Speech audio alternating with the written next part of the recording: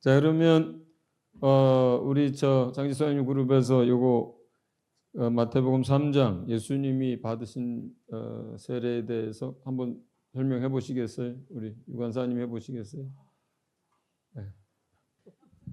자, 여러분 어떤 것을요 쉽고 간단하게 설명할 수 없다면 충분히 아는 게 아닌 거예요.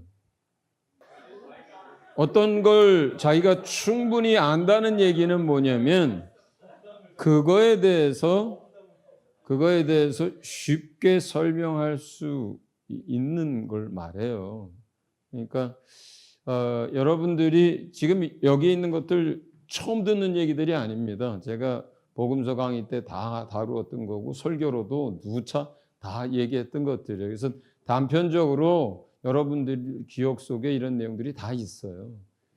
이제 그런데 여기는 이제 두 가지가 필요한 거죠. 하나는 제가 의도가 뭔가, 뭘 바라고 이걸 얘기했느냐에 대한 부분이고, 또 하나는 여러분이 충분히 안다면 쉽게 설명할 수 있어야 되는데 그렇지 않다는 거죠. 그거는 이제 이런 과정들을 통해서 이제 사실은 또 앞으로의 숙제로 여러분들이 충분히 알아가야 하는 것인 거죠. 이런 거를 그냥 쉽게 설명하고 충분히 알 수 있다면 저 대신 세워드려도 되죠. 예, 예. 자, 오케이. 그러니까 얘기의 요지는 길게 얘기하지 말라는 얘기예요. 간단하게만 하겠습니다. 네. 마태복음 3장 13절에서 17절의 말씀은 그 예수님께서 스스로 낮아지셔서 그 인간에게 본보기를 보이고 그 하나님의 뜻을 이행하기 위해서 그 스스로 그런 세례를 받음으로써 이제 예수님의 그 공생애가 시작된다는 것을 의미를 합니다. 또 다른 분 설명하실 분. 네.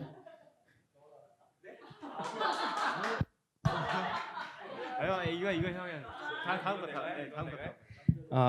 거. 이거는 그 세례에서 이제 동물을 이제 세례가 아니라 제사에서 동물을 죽이기 전에 그 죄를 동물에게 이렇게 전이하는 그 의식이 있는데, 이 예수님의 세례는 그거와 같은 의미로서 인류의 죄를 예수님께 전이하는 전가시키는 그런 의미입니다. 잘했어요. 네. 자, 또 다른 분 부연 설명이나 아니면 다른 생각을 가지고 계신 분이 있을까요? 이건 이런 거다. 윤관사님 그룹에서 한 사람 얘기하시겠어요? 자,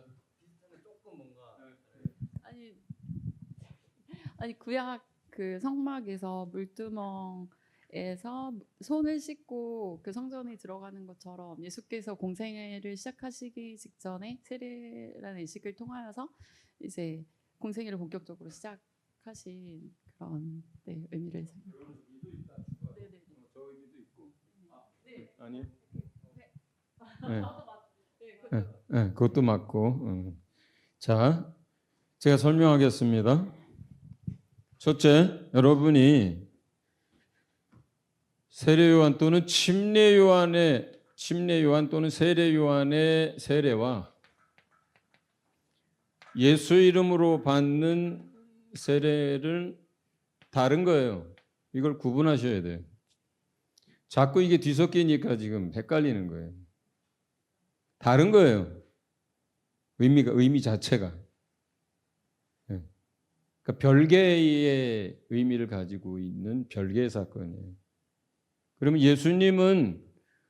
예수님이 제자들에게 이제 내 이름으로 세례를 줘라 하고 또 우리가 세례를 받는 그 세례를 받은 게 아니에요. 그걸 의미하는 게 아니에요. 이거는 요한에게 세례를 받은 거예요. 다른 의미예요. 첫째, 세례 요한의 세례라고 하는 것은 죄사함을 얻기 위해서 회개하는 거예요. 그 세례를 받아서 죄사함을 받는 게 아니고 죄사함을 받기 위해서 회개하는 거예요. 그 회개를 통해서 죄인인 것을 고백하고 인정함으로 그 다음에 메시아를 받아들여야 이제 죄사함을 받는 거예요. 그런데 메시아를 받아들이려면 죄인이라고 하는 사실을 고백하고 인정해야, 그러니까 회개를 해야 그 다음에 복음을 믿고 구원 왔잖아요. 그러니까 그 앞 단계예요. 그러니까 요한까지가 구약의 율법과 선지자의 마지막 선지자라고 하는 이유가 거기서 마침표예요. 뭐예요? 율법의 역할이 거기까지예요. 그 율법의 역할이 뭐예요? 죄를 깨닫고 회개하고 그리스도를 바라보는 거잖아요. 그죠? 그래서 사람들이 나와서 회개를 하고 고백을 했던 거예요. 죄인들이. 뭘 위해서? 장차 오실 메시아를 만나서 그분으로 인해서 구원을 얻기를 원해서. 이해하셨어요? 그러니까 그건 회개의 세례를 말하는 거예요. 그런가 하면 예수님의 이름으로 받는 세례는 다른 거예요. 이거는 이미 복음 안에 들어와 있는 사람들이 받는 거예요. 구원 얻은 사람들이 받는 거예요. 그러니까 회개하고 예수님을 믿어서 구원 얻은 사람들이 내가 예수 그리스도와 함께 죽고 함께 부활할 것이라고 하는 것, 내가 하나님의 자녀라고 하는 것, 난 하나님께 속한 사람이라고 하는 것, 그것을 믿음으로 이미 영적으로 이루어진 사실을 몸으로 경험하고 믿음으로 공동체 안에서 고백하는 거예요. 그러니까 의미가 다른 거예요. 첫째. 근데 이제 이런 것들을 해석할 때 그 의미를 섞어놓고 해석을 하니까 이제 자꾸 헷갈리는 거예요, 이게. 그죠? 그게 이제 의미가 다르다. 의미가 다르다. 그리고 이 세례 요한의 세례 이전에도 이 세례 비슷한 것들이 있었어요. 언제 세례를 줬느냐? 이방인이 유대교로 개종할 때도 세례를 줬어요. 씻는다는 의미예요. 전부. 그죠? 그러니까 그래서 그러니까 일단 그걸 구분하시고 두 번째 이걸 해석을 할 때는 이건 전부 다 구속사 안에서 해석하는 거예요. 그 다음에 예수 그리스도 안에서 재해석하는 거예요. 이거는 전부 다. 그래서 영적 해석이라고 제가 이거 붙이는 거예요. 자,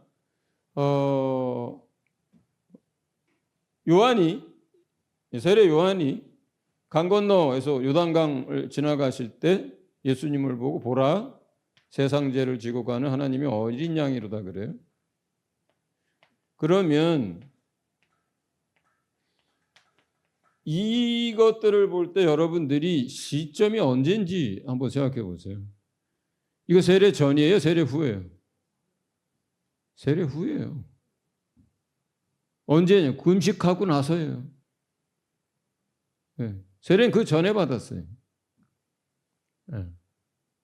세례를 받았고 세례 받고 나서 물에서 올라오셨고 그리고 곧바로 성령에 이끌려서 광야로 가서 시험을 받고 다시 이제 그걸 끝나고 돌아오고 요단강을 그 길 건너 걸어가실 때 그때까지도 요한은 사람들에게 세례를 주고 있었고 예수님을 봤어요. 그리고 보라 세상 죄를 지고 가는 하나님의 어린 양이로다. 언제 지었어요? 세상 죄를. 그렇죠. 그렇죠. 그러니까 이게 뭐냐면 이미 예표로 모형으로 이미 보여준 일이 그대로 예수님이 오셔서 이걸 하고 계신 거예요. 자, 우리가 잘 알잖아요. 성막에서 사람이 죄를 지었을 때 속죄양을 끌고 가요. 그 다음에 속죄장 머리 위에다가 자기 죄를 고백하면서 내 죄를 그 양에게 뒤집어 씌웁니다. 그걸 전가라 그래요, 죄. 자, 그러면 여기서 그 어린 양이 뭐 죄가 있어요? 죄가 없잖아요. 죄가 없는 어린 양에게 이 속죄제를 드리는 이 사람이 자기 죄를 거기 머리에다가 씌우는 거예요. 그 다음에 어떻게 해요? 양을 죽이는 거예요. 누가 죽여요? 자기가 죽이는 거예요. 제사장이 죽이는 게 아니라. 내 죄로 인해서 예수를 사실 내가 죽인 거예요. 로마 사람이 죽인 게 아니고. 그렇죠? 그러면 예수님이 이제 요한에게 와요. 그랬더니 요한이 이게 뭔 일이십니까? 내가 당신한테 세를 받아야 되는데, 그랬더니 예수님이 이렇게 함으로써 하나님의 의를 이루라 그래요. 거기서 하나님의 의가 뭐예요? 하나님의 뜻이에요. 뭐예요? 구속사. 그러면 예수님이 자 지금 요한 앞에 섰어요. 예수님이 요한 앞에 왔어요. 예수님이 죄가 있어요, 없어요? 없잖아요. 근데 요한이 세례를 줄 때 이거 누가 와서 세례 받는 거예요? 죄인들이 와서 받는 거예요. 죄인들이 와서 죄를 고백하면서 받는 자리거든요. 근데 죄 없는 분이 여기 떡 온 거야. 그리고 세례 요한은 이미 들었어. 어머니로부터 들었고 이모로부터 들었어. 예수에 대한 것을. 내가 그분한테 받아야 되는데 이렇게 된 거거든요. 자, 속죄제를 드릴 때 어린 양이 죄가 있어요, 없어요? 없죠. 흠 없는 어린 양이라고 그러잖아요. 그래서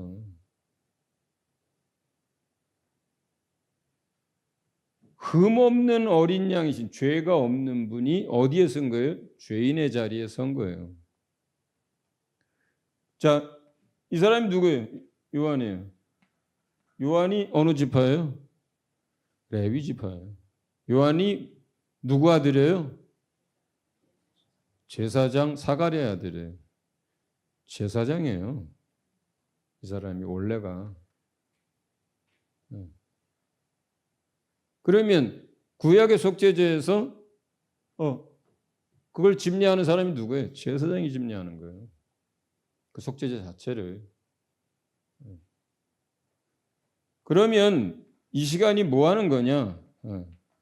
인류의 죄를 죄 없는 어린 양에게 지금 전가시키는 시간이에요. 아주 정확해요. 그 구약에 있었던 그 제사를 그대로 예수님이 오셔서 실상으로 실제로 그걸 하고 계신 거예요. 공식적으로 제사장이 거기서 나오는 거고 많은 사람들이 보는 앞에서 이제 전가를 시키는 거예요. 그래서 세상 죄를 예수님이 뒤집어 쓰는 거예요. 이때 이분은 죄가 없어. 죄 없는 어린이하고 똑같아. 세상 죄를 뒤집어 썼어. 그러면서 뭐가 시작되는 거예요? 공생애가 시작되는 거예요. 어디를 향해서 가는 거예요? 십자가를 향해서 가는 거예요. 십자가를 향해서. 얼마를 갔어요? 3년을 걸어간 거예요. 성막에서는 바로 죽이는데 여기서는 뭐예요? 실제로 어떻게 돼요? 3년을 이 세상 죄를 지고 어디를 향해서? 십자가를 향해서 가는 거예요. 그동안에 예수님은 단 한 번도 그걸 잊어본 적이 없어요. 내가 저 십자가를 향해서 세상 죄를 지고 죽으러 간다고 하는 이 사실을 잊은 적이 없어요. 그가 웃을 때도 또 사람들이 회개하고 돌아와서 기뻐할 때도 그는 항상 이 죄를 지고 있었어요. 세상 사람들의 죄를.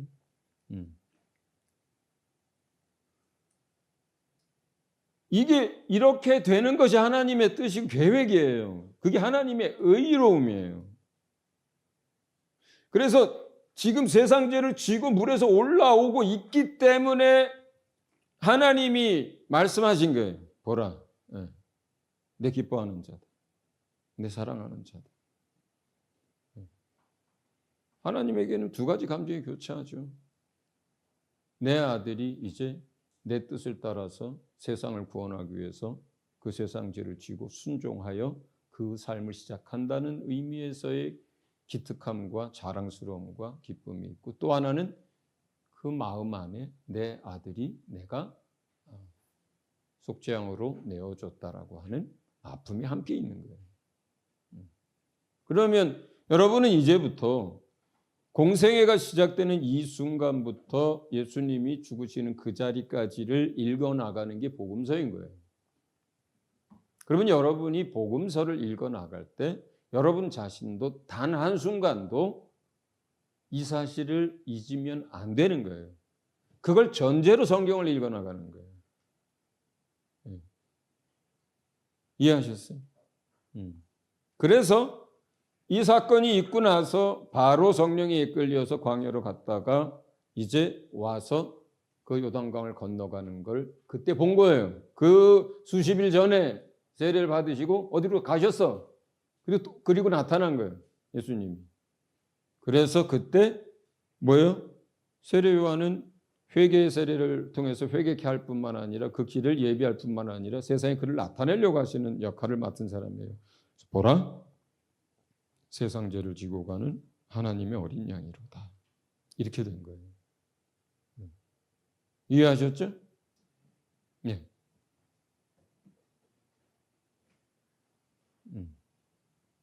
자, 두 번째 이야기는 마태복음 21장 건축자의 버린 돌 이야기, 사도행전 4장, 베드로전서 2장 다 같은 얘기들이에요. 거기에.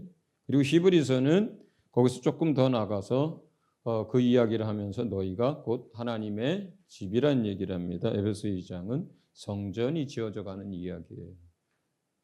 그냥 이거는 전체 하나님의 성전 건축의 역사가 전체 그림 안에서 진행되어져 가고 있는데 여러분이 여기저기에 쓰여져 있는 것들을 과거에는 그냥 읽어 넘어가거나 그거 한 사건으로 보거나 이렇게 했었는데 이게 지금 하나님이 그 성전 건축을 하는 그 이야기를 이렇게 성경 곳곳에 써놨구나. 또 두 번째는 여기서 건축자라고 할 때요.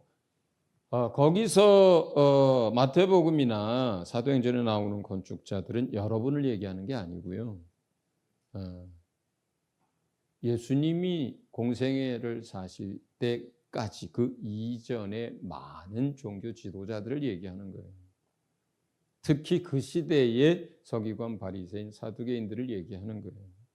그들이 예수를 배척하고 그리고 그들이 예수를 죽임 가운데 내버리잖아요. 그런데 예수님은 죽으시고 부활하셔서 뭐가 돼요? 모퉁이 돌이 된다 그래요. 거기서부터 시작되는 거예요. 그래서 첫 열매인 거예요. 부활의 첫 열매인 거예요. 예수가. 거기서부터 건축이 시작된 거예요. 예수님을 기초로 해서 예수님을 모퉁이 돌로 해서 건축으로 치자면 그 기초석이란 말이에요. 그러니까 그리고 여러분은 뭐냐면 이제 그리스도 안에서 하나님의 백성 자녀가 됐을 뿐만 아니라 이제 뭐가 돼? 하나님의 일꾼들이 된 사람들이에요. 근데 하나님의 일꾼들은 어떤 자격으로 일하냐 여러분? 하나님의 아들로서 아버지의 일을 하는 사람들이에요. 그런데 여러분들이 하는 일이 뭐냐? 아버지가 하는 일을 하거든요. 아버지는 뭐예요? 건축을 하고 계신 거거든요. 하나님의 성, 하나님의 집. 새하늘과 새 땅 자체는 하나님이 만드는 거예요, 그냥. 우리는 하나님의 뜻을 따라 하나님이 거하실 그 성, 새 예루살렘 성을 건축하는 건축자들이 된 거예요. 그리고 이거는 이 세 가지는 이제 점진적으로 커지는 거예요. 모퉁이 돌이 예수님이에요. 그 다음에 하나님의 집이에요, 너희가. 그 다음에 우리는 지어져가는 성을 짓는 사람들이에요. 그러니까 이렇게 확장시킨 이야기들이에요, 차근차근. 그러니까 그런 이야기들을 이제 여기만이 아니라 도처에 있어요, 이 이야기들이. 그러면 이제 여러분들은 그런 것들을 해석할 때 그냥 넘어가지 않고 지금 하나님이 하고 계신 일들, 그 성과 성전이 건축되어져 가는 일들, 그걸 보고 여러분들이 뭐 하는 사람인지, 여러분이 하는 일이 뭔지를 찾고 알고 이제 아버지 일을 같이 하는 사람들이 되란 얘기예요. 예수님이 얘기합니다. 요한복음 15장에서 이제 내가 너희를 종이라 부르지 않고 뭐라고 불러요? 친구라고 하겠대. 왜 그래요? 내가 너희에게 모든 걸 다 얘기해 줘서 알게 했기 때문이라 그래요. 그러니까 이 건물 하나를 지어갈 때 많은 사람들이 같이 짓잖아요. 그렇죠? 여러분들도 다양한 모습으로 이제 하나님 나라의 건축에 참여한 아들로서 아버지와 함께 건축하는 사람들이에요. 그죠? 뭐 제자 사역을 하든 선교를 하든 뭐가 됐든 간에 여러분들은 누구예요? 하나님의 건축자인데 하나님의 아들이고, 근데 여러분들이 그러니까 뭘 하는 거예요? 뭘 하든 어디에 있든 그 일을 하는 사람들이에요. 직장을 가도, 학교에 가도, 사업을 해도, 선교지에 가도. 여러분의 인생은 이제 아버지와 함께 그 건축하는 사람들인 거예요. 뭘 하든 간에. 자, 이 얘기를 하고 싶었던 거예요. 그러니까 전체 그림 안에서 이런 것들이 이렇게 연결되고 그 일들에 관한 얘기를 하고 있다, 성경이. 오케이. 자, 그 다음에 마지막 거 이제 얘기 듣겠습니다. 자, 마태복음 5장. 제가 이제 중간에 잠깐 얘기했는데 산상순이 어떤 거냐, 어떤 의미를 가지고 있는 거냐를 좀 생각해 보라는 거였어요. 자, 누가 발표하겠습니까? 어느 조에서? 변화영 집사님 조에서 할까요? 안 한대요. 우리 요한이 그룹에서, 우리 경원이, 자.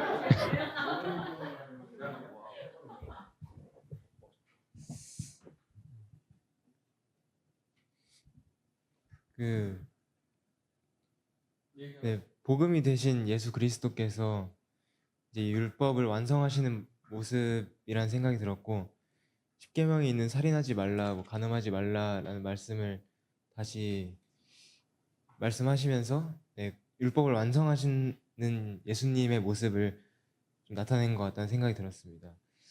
그리고 이제 시내산에서 십계명을 주실 때도 산에서 주신 것처럼 뭔가 산상수훈이라는 게 약간 산 위에서 전하신다는 모습이 좀 오버랩이 되었고, 약간 확신은 없지만, 그리고 이건 더 확신이 없긴 한데 구약 시대엔 제사장을 통해서 이제 성소와 지성소가 이어졌던 것처럼 모세가 대표로 주님을 만났지만 이때는 예수님이 직접 사람들에게 말씀을 전하시는 모습이 뭔가 그때와의 또 차이점을 보여주시는 게 아닌가, 좀 그런 생각이 들었습니다. 또 다른 분. 네. 자, 다른 분 또 좀 발표해 보시기 바랍니다. 다른 그룹. 조 집사님의 이게 기회를 안 드리면 화내시려나? 네, 알겠습니다. 편안해. 은서, 산상수훈은 어떤 의미일까요? 자, 마이크 주겠습니다. 저는 그 산상수훈을 봤을 때 그 율법을 폐하러 온 것이 아니라 완성하러 왔다라는 부분이 제가 생각했을 때는 뭔가 이렇게 하나님을, 예수님을 믿음으로써 우리가 구원을 받고 이제는 이제 율법에 얽매이지 않는다. 이런 것 때문에 이제 사람들은 그러면은 죄에 대한 기준이 뭔가 모호해지나, 뭔가 이 율법을 지키지 않아도 되는 것인가, 뭔가 이런 생각을 할 수 있는데, 그런 게 아니라 오히려 율법은 지키고 안 지키고의 선이 조금 더 명확하다고 생각을 해요. 그래서 뭔가 난 지켰다, 난 의인이다라고 생각할 수 있지만, 뭔가 이런 디테일하게 이렇게 삶 속에서 생각을 한 음욕을 품는 사람은 이미 죄다, 이렇게 분노를 품는 사람은 이미 죄다, 이렇게 말씀을 하시면서 뭔가 조금 더 우리는 모두 죄인이다. 그리고 우리가 이런 것들을 그러니까 소홀히 하는 것이 아니라 오히려 더 이런 조그만한 부분, 이 삶의 부분에서도 더 완전해져라라는 그런 걸 말씀을 하신 게 아닌가. 뭔가 예수님을 끊임없이 닮아가라. 네. 자, 민 집사님 나오세요. 민 집사님. 네. 자, 마이크 주겠습니다. 아니, 저는 그냥 예전에 그 복음서 강의하실 때 그 산상수훈을 산상수훈을 설교하실 때 하셨던 말씀이, 하나님 나라의 백성이 되어서 살아갈 하나님 나라에 들어갔을 때 하나님 나라의 백성들이 살아가야 할 규범 같은 뭐 라고 들었습니다. 자, 여러분들 잘했어요. 이거는 구약과 신약을 연결할 뿐만 아니라 마태가 어떤 예수 그리스도를 어떤 분으로 묘사하고 있는가, 그렇게 하려고 하는가가 첫 번째 여러분이 이걸 염두에 두셔야 되고요. 두 번째는 이걸 해석할 때 이것만 가지고 해석하는 게 아니고요. 구약의 것들을 가지고 와서 구약과 신약을 연결해서 어떻게 이어져 가는지를 설명할 수 있어야 돼요. 세 번째. 자, 그럼 설명을 좀 해보면, 첫째, 마태는 예수를 철저하게 하나님 나라의 영원한 왕으로 설명합니다. 하나님 나라의 영원한 왕으로 설명합니다. 두 번째, 자, 이 광야 교회가 있고 그리스도 안에 있는 교회가 있어요. 이것도 하나님의 백성이고 여기도 하나님의 백성이거든요. 근데 여기는 이 땅에서 이제 하나님과 언약, 구약의 언약을 통해서 체결된 구약의 하나님의 백성이라고 하면, 여기는 예수 그리스도의 언약 안에 참여하면서 하나님의 백성이 됐는데, 여기는 하나님의 자녀가 됐고, 그리고 이미 영의 구원함을 얻었어요. 영의 거듭남이 있어요. 그리고 하나님 나라에 대한 약속이 있기 때문에 이 사람들은 백성이에요. 하나님 나라의 백성이 이미. 자, 그러면 모세는 율법이라고 하는 그 모세 율법을 가지고 이제 그 백성에게 가르치고 언약 관계를 맺는데, 그 율법은 목적이 세 가지가 있다고 그랬어요. 하나는 그 하나님의 백성이 된 사람들이 살아가야 할 법이에요. 광야 백성들이. 두 번째, 결과적으로는 그렇게 할 수 없었기 때문에 죄를 깨닫게 하는 역할을 합니다. 세 번째, 그러할지라도 왜 그것이 필요하냐면 궁극적으로 사람들을 구원하시기 위해서 율법을 주신 거예요. 자, 그런데 예수님이 오셨어요. 예수님이 오셨는데 모세가 그 율법을 가지고 사람들에게 법을, 하나님의 백성이 된 그 사람들에게 이렇게 살라고 주는 것처럼 예수가 누구에게 얘기하는 거예요? 하나님의 백성이 된 사람들에게 얘기하는 거예요.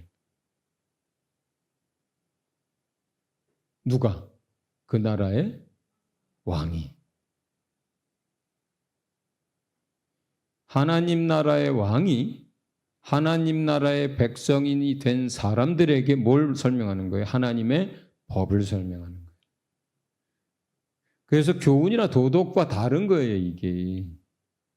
교훈이나 도덕이라고 하는 것은 법이 아니잖아요. 세상에서도 교훈이나 도덕, 윤리가 안 지켰다고 해서 감옥에 가요? 안 그렇잖아요. 법에 벗어나야 죄가 성립하는 거잖아요. 도덕이나 윤리는 뭐예요? 그냥 양심에 따라서, 또는 그냥 할 수 있으면 하고 아니면 말고, 뭐 이런 거잖아요. 그죠?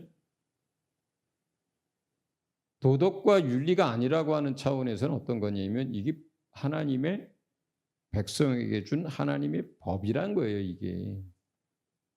그런데 이때 모세가 통해서 준 건 지난번에 율법 강의할 때 얘기했잖아요. 전체 하나님의 법 가운데 한 부분만 설명한 거예요. 행위로 짓는 죄의 부분만 설명한 거예요. 근데 예수님이 율법을 폐하려 온 게 아니라 완전케 한다 그랬잖아요. 뭐예요?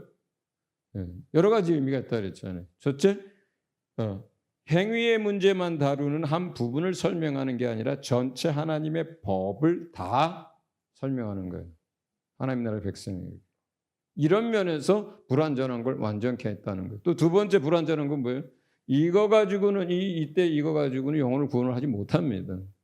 근데 예수님은 구원을 완성까지 이제 가지고 오시죠. 예. 그런 의미에서 율법을 완성했다, 율법을 완전케 했다라는 뜻이 되는 거예요. 자, 그러니까 지금 예수님은 그 나라의 왕으로서, 모세는 종으로서, 예수님은 그 나라의 하나님 나라의 백성이 된 것으로, 모세는 땅의 이스라엘 백성에게, 모세는 불완전한 율법을, 예수님은 하나님 나라의 법을, 완전한 법을 가르치고 계신 거예요. 자, 그러면 여러분들이 여기서 혼란이 오고 오해가 되는 이유는 뭐냐면 그걸 어떻게 다 지켜라 이거거든요. 근데 여러분이 대한민국에서 합니다. 대한민국의 법을 지키며 살아야 돼요. 대한민국의 법 다 지키고 살아요? 그렇지 않잖아요. 그러면 지킬 수 있으면 지키고 안 지키기 때문에 안 지켜도 되는 거예요? 아니잖아요. 그래도 법대로 살려고 하잖아요. 자, 이거는 뭐예요? 누구에게 준 거예요? 구원 얻으라고 준 게 아닌 거예요, 이게. 구원 받은 백성에게 준 거예요. 이걸 지켜서 구원 얻으려고 주는 게 아니에요, 이거. 구원 얻은 백성에게 주는 거예요. 하나님 나라 백성에게. 하나님 나라 백성이라면 이 법이 자기가 살아야 할 하나님 나라의 법인 거예요. 다 지키고 못 지키고 문제가 아니에요. 지킬 수 있느냐 없느냐의 문제가 아닌 거예요. 그리고 이게 이 다음에 하나님 나라 들어가서 지키란 것도 아니에요. 지금이에요, 지금. 그래서 저 뒤에 맨 끝에 얘기하잖아요. 산성순수에 반석 이야기 하잖아요. 모래 위에 집 짓는 얘기 하잖아요. 할 수 있느냐 없느냐의 문제가 아니고 하나님 나라의 백성이냐? 그리고 하나님 나라의 백성이면 하나님 나라의 법이 있어야 되잖아요.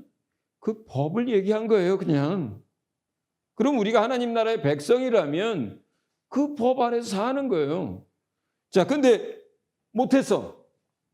이 법대로 안 됐어. 마음속으로 미워하고 뭐 질투하고 뭐 안 됐어. 어떡하라는 거예요, 그러면? 구약에는 어떻게 했어요? 제사를 드렸죠. 그죠? 속죄제를 드렸어요. 신약에서는 어떻게 하라는 거예요? 예수님 앞에 가서 회개하고 고백하라는 거예요. 아니, 똑같다니까, 이게. 똑같아요, 원리가. 근데 구약 백성이 예를 들어서 율법 계명을 어겼어. 아무도 안 봐. 그래서 속죄제도 안 드려. 숨겼어. 하나님이 다 알고 계시잖아요. 구원파의 문제가 뭐냐? 우리가 하나님 나라의 백성이야. 그 법을 주님으로부터 들었어. 나 이제 하나님 나라의 백성으로 살아가. 그런데 그걸 어겼어. 아, 근데 원래 그거 육체는 뭐 어차피 죽을 거고 영혼 구원 얻은 거니까 회개할 필요 없어. 이렇게 가르친단 말이에요, 그 사람들이. 그러면 이건 어떻게 가르치는 거 똑같으냐? 율법 시대에서 하나님의 계명이나 하나님의 법을 어겼어도 아이 그건 뭐 별거 아니야. 할 수 없어. 그냥 제사 안 드려도 돼. 이렇게 가르치는 거고 똑같아요. 구원파 가르치는 거는. 그래서 이단이 되는 거예요. 구약 시대에는 그때마다 양을 잡아야 되잖아요. 근데 지금 예수님은 뭐예요? 한 번에 완전하고 영원한 제사를 드린 거예요. 그래서 예수님이 2000년 전에 이 죽은 이 대속의 사건, 그 피의 효력은 그 이전에 예수님이 오시기 전에 예수님이 오실 것을 믿고 바라보던 그 믿음이 있는 사람들에게도 거꾸로 가서 적용되고 또 이 시대 사람들에게 예수님을 믿는 사람들에게도 적용이 되고 장차 태어날 앞으로 믿게 될 이 모든 사람에게도 이 공로와 이 보혈과 효력이 그대로 적용이 되는 거예요. 한 번에 드린 완전한 제사고 영원한 제사. 완전하다라는 얘기는 육체로 행한 것뿐만 아니라 양심의 영의 문제까지 전부 다 해결했다는 의미에서 완전하다는 거예요. 구약의 제사가 불완전하다는 의미는 여전히 그는 행위의 문제만 용서를 받은 것이지 그들의 영혼이 주상을 받은 게 아닌 거예요. 완전한 제사라고 하는 것은 그래서 우리의 영과 과거의 것과 현재의 것과 미래의 것까지 다 다 뭐예요? 갚았다는 얘기예요. 지불했다는 얘기예요. 싹쓸. 그러니까 우리가 오늘 잘못했어. 그러면 어떻게 해야 이미 지불된 거야 이게. 그러면 어떻게 해야 돼요? 내가 그걸 고백함으로써 그 지불된 그 은혜가 내게 지금 효력을 발휘하게 만들어야 하는 거예요. 그게 고백이고 회개예요. 만약에 이걸 안 하면 어떻게 돼요? 첫사랑이 있을지라도 시간이 지날수록 계속 무뎌집니다. 이걸 안 하면 어떻게 돼요? 네. 점점 영적으로 잠들게 됩니다. 믿음을 잃어버리게 돼요. 근데 이걸 계속하면 어떻게 돼요? 어제 했던 그 얘기, 또 그저께 또 넘어졌던 얘기 계속하게 됩니다. 그러면서 어떻게 돼요? 네. 벼룩이 납작도 있지. 내가 이러고도 예수 믿는 사람이야. 그래도 예수님에게 갑니다. 또 웁니다. 또 도와달라고 합니다. 그러면서 뭘 깨달아요? 내가 어떠한 죄인이기, 내 안에 있는 죄성이 어떠한 존재가 용서를 받았는지를 알게 되는 거예요. 점점 낮아져 가는 거예요. 점점 자기의 실상과 자기가 누군지를 알아가는 거예요. 예수님 믿기 전에, 하나님 떠났을 때 어디까지 고백하게 되는 거예요? 내가 죄인 중에 괴수라고 하는 고백까지 하게 되는 거예요. 그게 사도 바울이요, 행위로는 흠이 없는 사람이었어요. 근데 그가 그런 고백을 해요. 왜 그래요? 행위로는 그런지 모르겠는데요, 인간이 가지고 있는 죄성은 사도 바울도 똑같거든요. 이 하나님의 법에 비추어 보면요, 이 모세의 법에 비추어 보면 흠이 없을지 몰라도 이 하나님의 법에 비추어 보면은 흠투성인 거예요. 인간은 결국 이러한 회개와 이렇게 그걸 받으면서 그 과거에 이것만 가지고 어쩌다 짓는 게 아니라 이걸 가지고 사니까 얼마나 주님 앞에 할 말이 많아요. 고백할 게. 그죠? 인간이란 게 얼마나 썩었는지, 우리 죄성이란 게 얼마나 끔찍한 건지, 우리가 얼마나 어리석고 나약한지를 시간이 지날수록 알잖아요. 이 법에 대해서 알수록 알잖아요. 주님께 가까이 나가려고 할수록 알잖아요. 결국 이 행위를 통해서 이 회개와 이 오묘한 이 진리를 통해서 우리가 하나님의 은혜와 사랑을 계속 더 깊이 더 온전하게 깨달아가면서 그 사랑 안에서 사는 거예요. 이게 은혜로 사는 거예요. 그러라고 준 거예요. 이게 그러라고. 근데 그걸 안 해? 그러면 계속 점점 멀어져 가죠. 계속 무뎌져 가죠.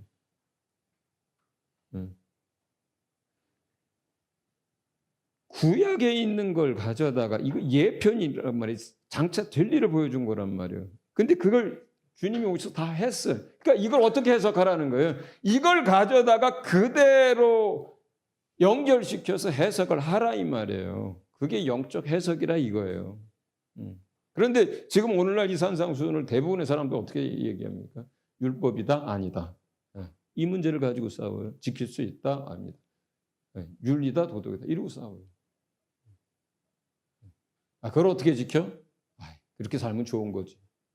말이 그렇다는 거지. 이 다음에 하나님 나라 가면 그렇게 살라는 거겠지. 이렇게 가르치잖아요. 아니면 아예 이거 포기하고 살잖아요. 그거는 그냥 우리가 이 땅에 살면서 저렇게 못 살아. 이렇게 끝나잖아요. 그렇죠? 전부 다 잘못 가르치고 있는 거예요. 율법이니까 저거는 모세 율법이고 이건 그리스도의 율법이야. 그러니까 우리는 율법에서 벗어나서 해방됐어. 그러니까 괜찮은 거야. 이렇게 가르치잖아요. 그러면 그 맨 뒤에 반석이며 모래 위에 집지는 거 전혀 상반된 해석을 하고 있는데 그걸 그렇게 말한단 말이에요.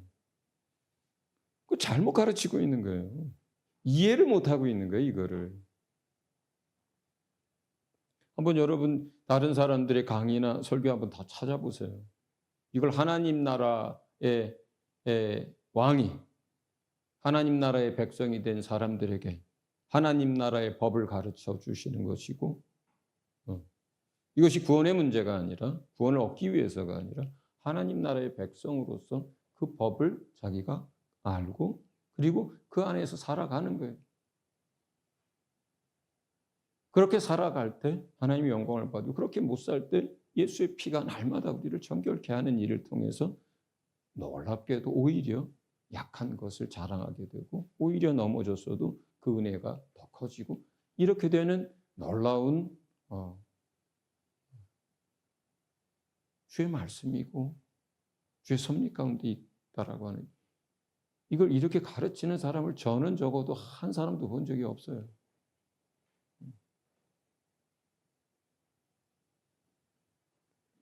아까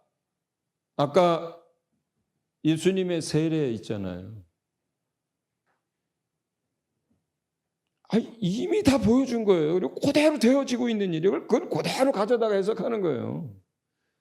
모세가 아까 얘기 참 잘했어요. 산에서 가르쳤잖아요. 여기도 지금 산에서 뭘 해요? 모세가 가르쳤고 여기 예수가 가르쳐. 모세는 종으로 하나님의 집에 충성한 사람이고 하나님의 아들로서 모세는 그 시대에 장차 될 일을 위해서 예수님은 자기가 직접 오셔서 그걸 성취하신 분으로서 육체로 여기는 전체 법을. 그러니까 산상수훈 안에 율법에 대한 얘기들이 그렇게 많이 들어가 있는 이유가 그런 거예요. 그리고 그것만 들어있는 게 아니잖아요. 산상수훈 안에 많은 이야기 들어있잖아요. 그 팔복이 뭐라는 거예요? 구원을 어떤 사람들이 얻게 되는지 하나님이 어떤 사람을 택하는지 1복, 2복, 3복에서 얘기한 거예요. 그리고 그런 사람들이 하나님을 만나게 돼요. 그리고 4복, 5복, 6복 이렇게 쭉 나오잖아요. 거기는 주님을 알아가고 새 사람이 돼서 이제 성장해 가는 과정들이에요. 복 받는 과정들이에요. 그 다음에 뭐 6복, 7복, 8복 뭐예요? 오직 청결한 마음이 뭐예요? 오직 하나님만 바라보게 되는 마음 상태를 말하는 거예요. 그리고 예수를 위해서 핍박받는 사람들을 말하는 거예요. 그리고 나서 이 얘기 들어가는 거예요. 율법 얘기를. 이 기본적으로 하나님 나라의 백성이 된 사람들 그리고 어떤 사람들이 백성이 되는지 그리고 백성이 된 사람들에게 쭉 이야기를 해나가고 있는 게 전체 5, 6, 7장인 거예요. 따라합니다. 하나님 나라의 왕이 하나님 나라의 백성들에게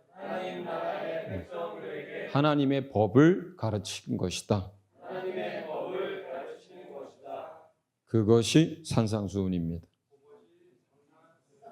네. 자, 이제 그 실습 일단 마칩니다.